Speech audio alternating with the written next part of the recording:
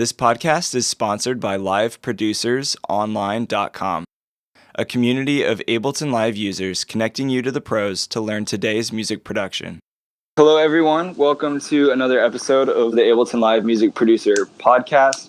I am your host, Dan Giffen, and today we have a very, very special guest, and I'm thankful he was able to take time out of his schedule to join us. His name is Matt McCoy. Matt is a certified trainer for Ableton, and he is also a well-known singer-songwriter from Chicago. He's also the founder of Loop Community, and Loop Community provides a variety of products and services to artists that are performing their music live, specifically with churches from around the world. Some of Loop Community's most well-known products include the Looptimus foot controller, which I absolutely love and use regularly. They also create Prime and MultiTracks. Loop Community has also partnered directly with record labels and music publishers to provide a community with the largest collection of fully licensed tracks for many churches and other artists.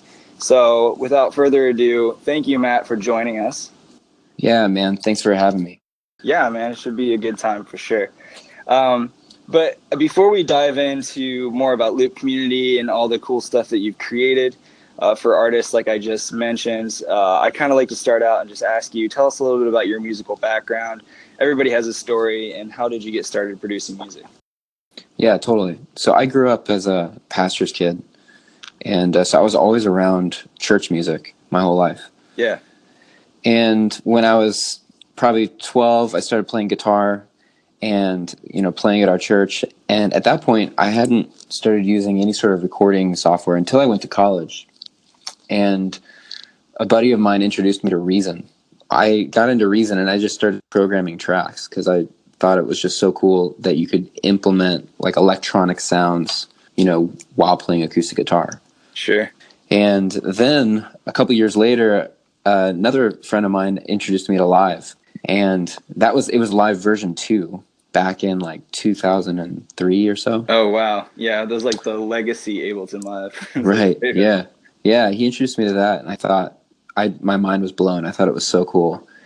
Just like session view, like being able to trigger loops, on the fly, because before with Reason, I was just bouncing out a track and playing along with the track from start to finish. Right. But Live actually let me, be spontaneous with the tracks and the loops. So I was sold, from then on, and I've been a Ableton user since. Cool.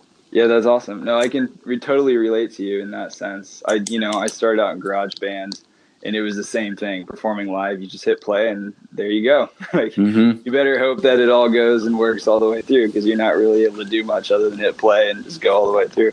I also loved the idea of just being able to use the same software for creating and for performing. Because before it was like, make them in Reason, export them, and then play them out of, iTunes or some sort of MP3 player. But with Ableton Live, I was able to actually create music in arrangement view or session view and then actually perform it right out of there as well. Sure. Yeah, exactly. Yeah, it's a very creative workflow. Absolutely. In so many different ways. You can really do whatever you can imagine. Right. Cool. Well, kind of going off of that with some of your musical background, is there an inspirational quote that you love that you would want to share with our listeners before we go into some other stuff? Oh, man. There's so many. I'm a big Steve Jobs fan. So there's a lot of quotes by him that I really love, but one of my favorites is that simple can be harder than complex. You have to work hard to get your thinking clean to then make it simple. And I relate to that a lot just in developing products for Loop Community, because a lot of what we do at Loop Community is take complex things and try to make them simpler for people. Yeah. So just the idea of running tracks or MIDI controllers and that kind of thing, we just try to make a simpler way. And it's hard because it is a complex thing. I mean, running tracks live is not a super simple concept. Yeah. So you are taking a complex thing and having to try to figure out how to make it simple. And I love the problem solving side of that. Yeah, absolutely. I totally agree with you. Simple is better. in the world of like so many different plugins and sounds and different, workflows as far as pulling off your live performance and, which controller should you use, what software is right for you, how do you play your instruments live? Simple is better. There's always like 600 means to an end when it comes to performing live music or even just recording and producing and creating. But simplicity is key. So that's good. I'm right. Shared that quote, man. Yeah, true. And then you have to really work hard to actually get your thinking clean, so that you can actually work simple. Like I knew this guy who was a graphic designer that I worked with, and he would try to design stuff really clean and simple, but what he would tend to do is just keep adding layers and layers and layers and making it really dirty looking. And it was almost like by the end, it was just like, well, that was like his intention. It was just like, well, we're just going to do like this really dirty grunge look. Right. But really it was because it was actually a lot harder to make a simple graphic than it was to make a grungy, dirty look. Right. Yeah. That's true. It's like when you clog a toilet with too much toilet paper, you can only shove so much in there before it just gets dirty and complicated. Right. Right. Exactly. Yeah. And I think the same thing applies with music. Sure. And to kind of like jump ahead a little bit, that's one thing I love about the products you guys create with Loop Community. You just briefly mentioned trying to make complicated things more simple. And I found that to be very true, specifically with Looptimus, your foot controller. Right. Do you want, and I use that all the time, and I find that it's my favorite, personally my favorite foot MIDI controller that's on the market, and I've used a lot of different ones out there. Do you just kind of want to briefly go into maybe how you got started developing products? Yeah, well, Loop Community started out of a need for a place to actually find tracks for songs. So I was playing music at a church, and I needed a track for a specific song. And so I was making my own tracks. And a lot of guys were doing that at the time. Mm-hmm.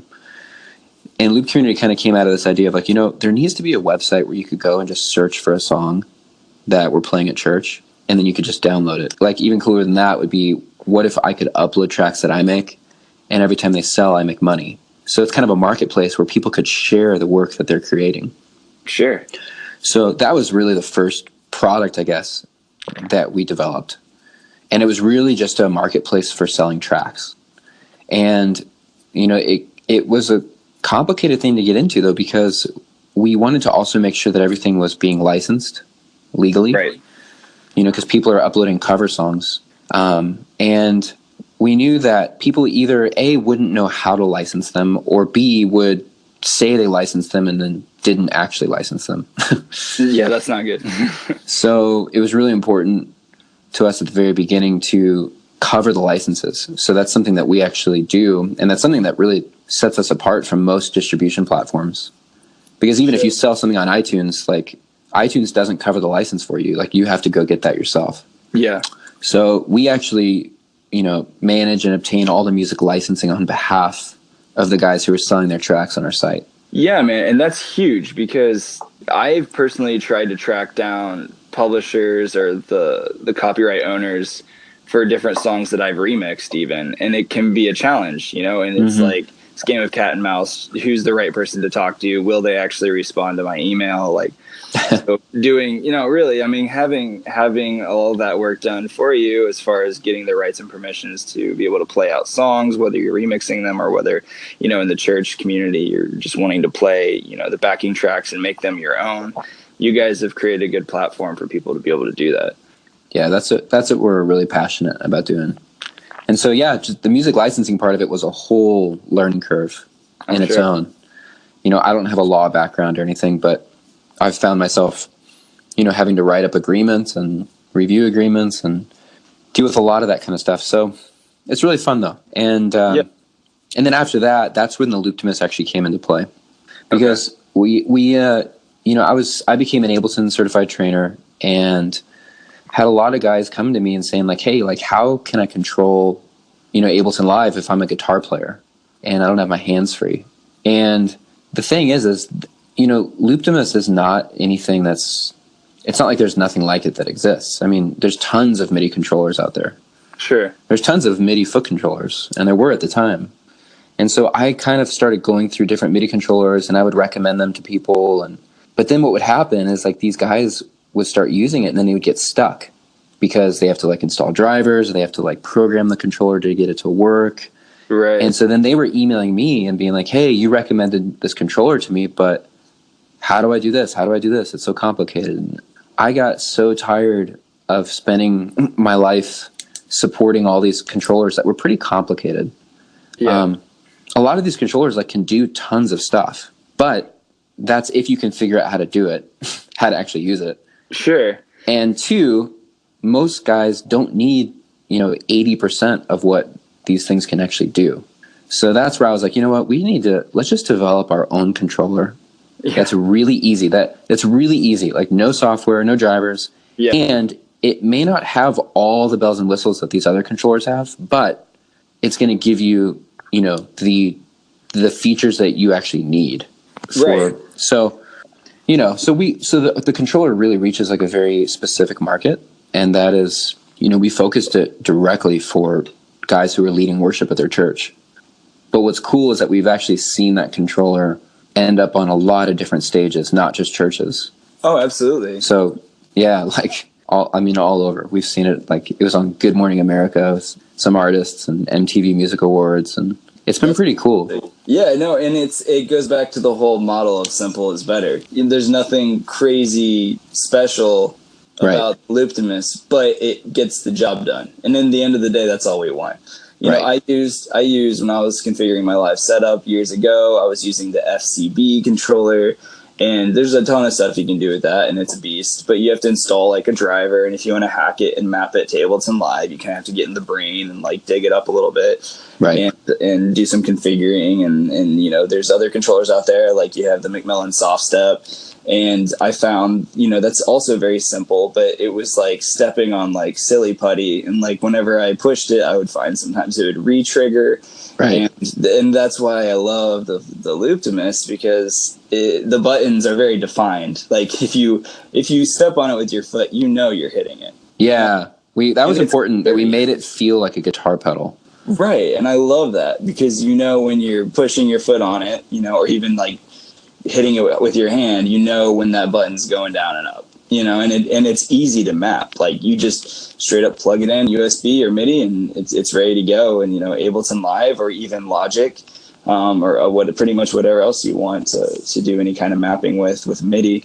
I also love how you guys included an expression pedal option, so people can plug in like an expression pedal and be able to plug in other pedals as well to work inside of it. So it's simple, but very powerful and useful. So I want to say thank you for creating that for me and a lot of people. Yeah, man. Makes life better. Yeah, that's awesome. I'm happy to hear that. Yeah. We came out with a little one too. A 3-button controller. Yeah, it's a little baby. Little baby one. Yeah. And it's very simple. I mean, it's like stupid simple. I mean, you plug it in via USB and it just gives you 3 MIDI notes. Sure. 1, 2, 3. And that's, it may not do everything all these other MIDI controllers do, but it does what you need it to do. Exactly. And at the end of the day, that's really all that matters. As far as Ableton Live, you're a certified Ableton Live trainer. What are some other hurdles that you have seen with artists trying to configure their live setup? Oh man, a couple of things run through my mind. The first thing is the number one support request we get is I put all my tracks into Ableton Live and none of them are lining up. They're not syncing together. Yeah. And the answer to that is live preferences, turn off auto warp long samples. Yep. Absolutely. That's definitely our number one support request. Yeah, I can see that. It's an automated response now.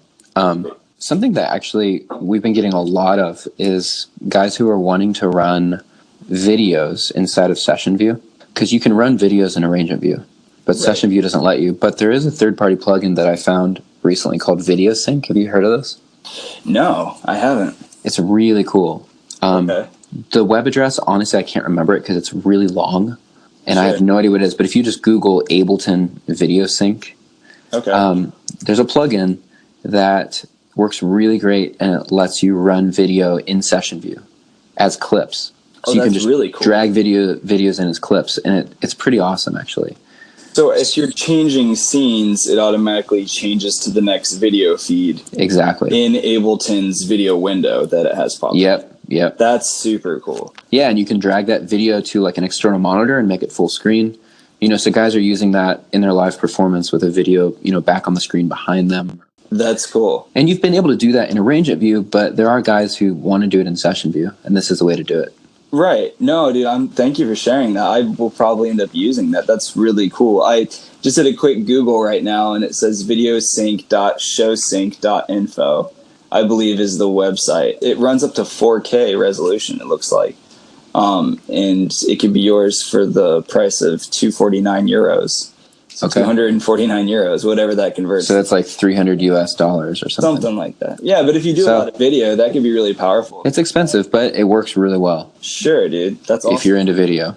Whether you're in a church or whether you're playing your own show out as your own, project artist, I think having that live visual element is so key and so powerful with technology today. You're seeing that at more shows, even in tiny little venues. So that's a really good tip. That's super cool. Yep. And churches, Video Sync, check it out. And then a lot of churches are too wanting to automate, their lyrics, their Pro Presenter or PowerPoint. Sure. So we do a lot with like the IAC driver, and there's a lot of potential there. But that's what's cool about Ableton Live is that you really can enhance the live performance side of it on all aspects, not just audio, but with visual. Yeah, absolutely, man. That is very true. That's cool.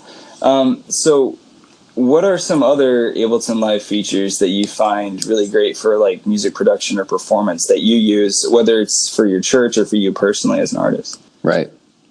Well, so when I use live, I actually use session view.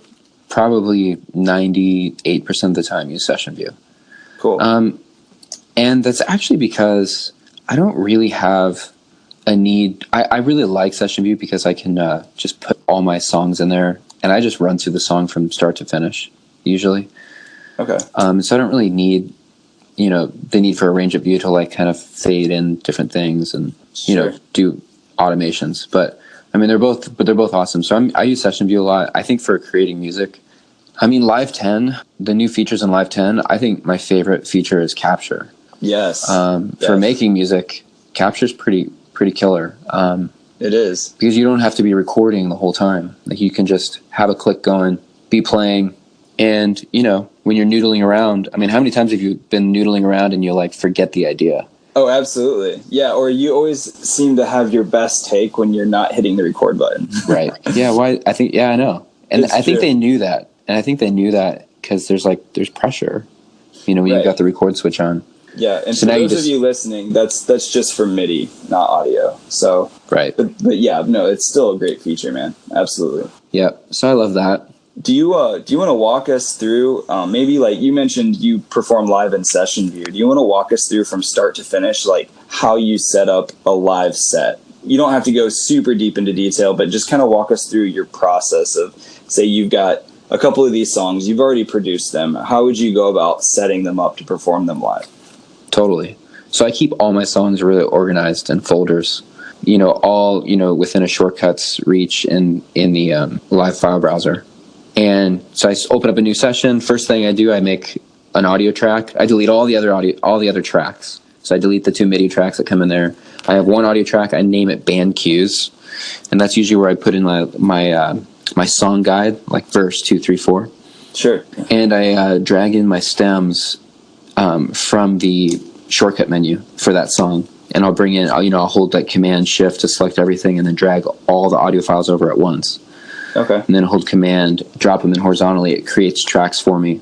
And so I use a scene per song. So scene 1 would be song 1. And I don't usually bother with even naming the tracks. Like I don't name them bass, drums, guitars. I just drop in all the stems. Okay. And then I do that for the next song. Scene 2 is song 2. And then scene 3 is song 3. Track 1, though, is always my band cues. But everything else is usually mixed around. Yeah. Because most of the time I'm actually not using an interface. I used to use an interface where I was routing, 8 different channels out. Okay. So like guitars out channel 2 and keys out channel 3 and, synths out channel 4, percussion channel 5. I was doing that because it really is really good for the sound guy, because then the sound guy can actually mix those instruments instead of me doing it. Right. Yeah. It gives them more control. Totally. Every room is different, right? You know, your speakers at home when you're producing are not going to sound like a large venue or whatever. Yeah, exactly.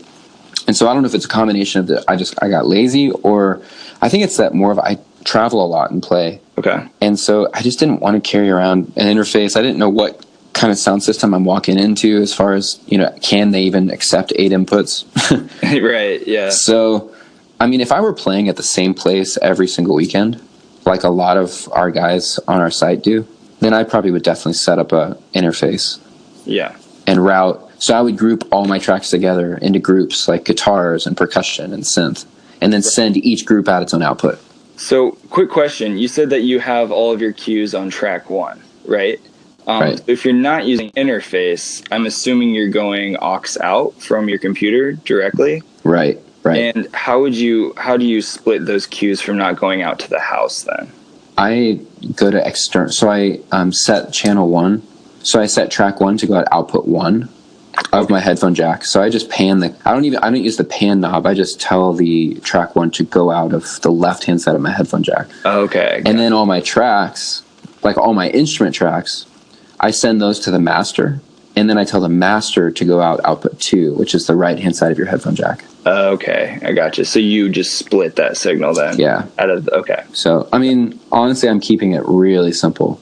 But simple's better, right? I mean, it works. And honestly, I don't hear a massive audio difference. I'm sure the sound guy cares because he can't control it. But. Right. Yeah. So you don't really even need a sound guy. It's like, you know what? You can just go home. We got this taken care of. Right. Just turn it up. Yeah, sure. That's all you got to do. It's easy. Exactly. But that's what's cool about live is that there's like a million ways to do the same thing. Oh, that's true.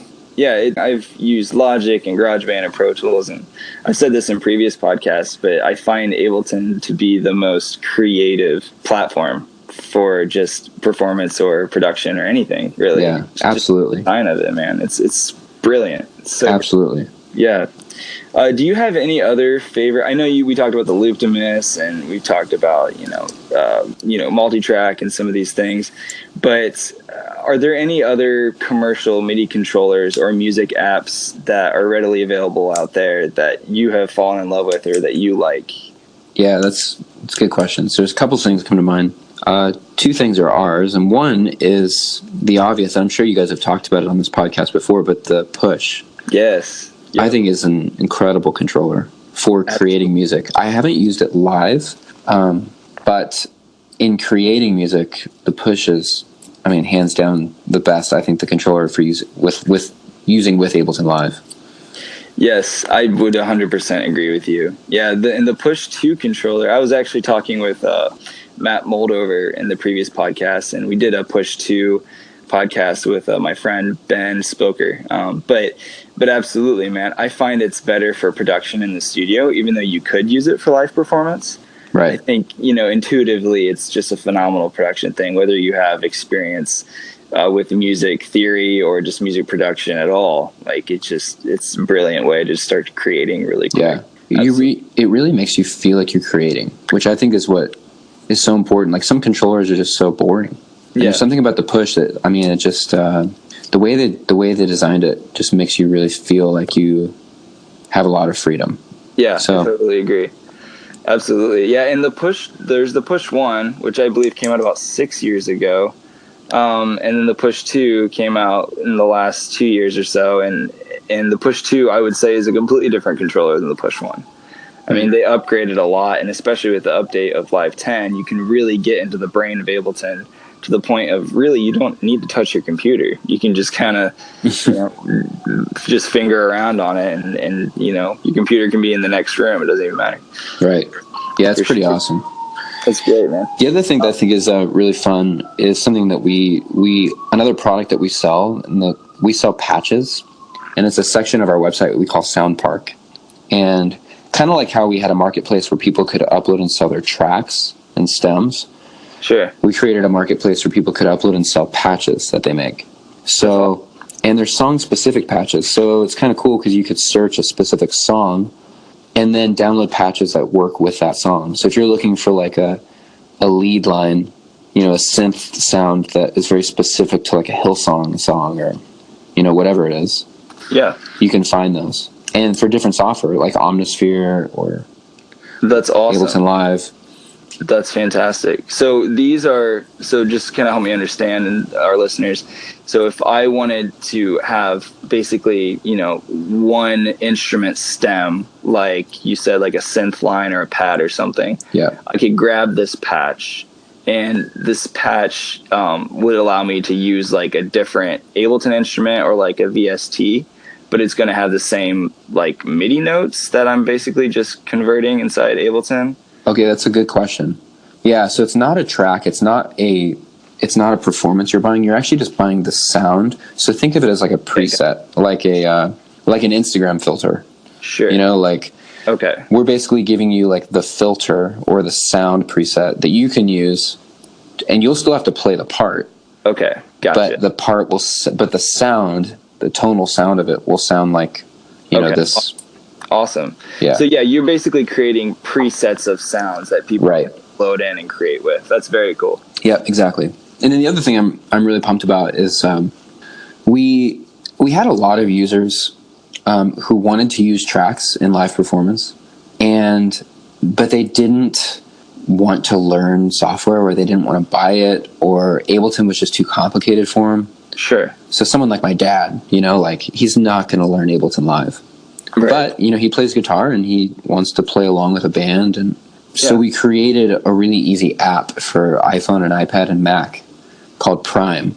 And it's a free app for running tracks in live performance.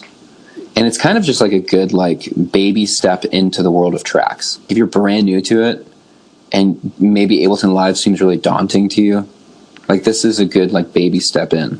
Yeah, and you can run that on the iPad or a mobile device as well, right? Right, exactly.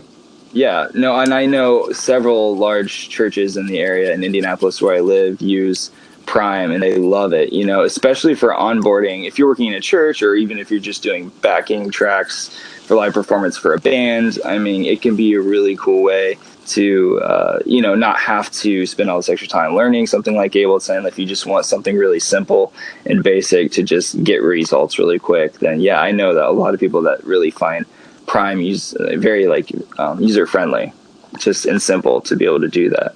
Yeah, we were trying to make it simple again. Cool. So awesome. Yeah. Well, Matt, those were the majority of the questions that I had for you. If somebody wanted to find more about your own music, or if somebody wanted to find out more about Loop Community, where can they find you online? Sure. You could just search on Spotify or iTunes my name, or just go to loopcommunity.com. Okay. And you'll find all of our products and all the things we do there. Yeah. So just to recap, everybody listening, go to loopcommunity.com. Matt McCoy, that's MattMcCoy. And definitely check out his stuff. I'm excited, Matt, to see some of the new products and services you guys continue to roll out in the long-term future.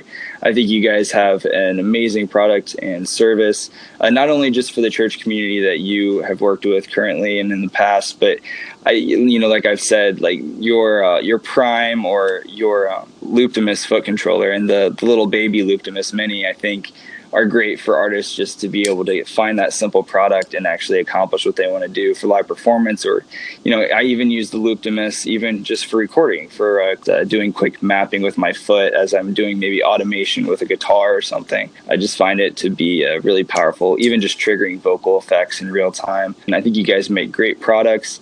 I want to thank you again for joining the podcast today, man. This has been really great. We're out of time, but is there anything else that you'd like to share with us before we go? No, I guess if you're interested in Looptimus, you can check out looptimus.com. Okay. Yeah. So looptimus.com. Matt McCoy, everybody, from Loop Community, and super talented artist, singer-songwriter, Ableton Live trainer. Thanks again, Matt, for joining us today, man. This has been really fun. Yeah, it has been really good. Thanks for having me. I love what you guys are doing. So thank you, dude. Yeah, I appreciate that. So everybody that's listening, we are going to be launching a new site. And in previous podcast episodes, you've heard us talk about learnabletononline.com. However, we're rebranding at this point. So now you can visit the same URL, redirected, but we will be launching this new online education membership community with a bunch of courses on Ableton Live and teaching you how to produce music in a lot of different ways from all different experience levels. And you can check all that out at liveproducersonline.com. So go to liveproducersonline.com. We're going to be launching the website and a bunch of different courses. That's going to be coming in April or the beginning of May, possibly, of 2018. So go check that out, liveproducersonline.com, to help you guys take your music to the next level. Thanks again, Matt, for joining us, man. And hopefully we'll have you back again another time. I'd love to, man. Thanks for having me. Yeah, man. Take it easy. This podcast is sponsored by liveproducersonline.com, a community of Ableton Live users connecting you to the pros to learn today's music production.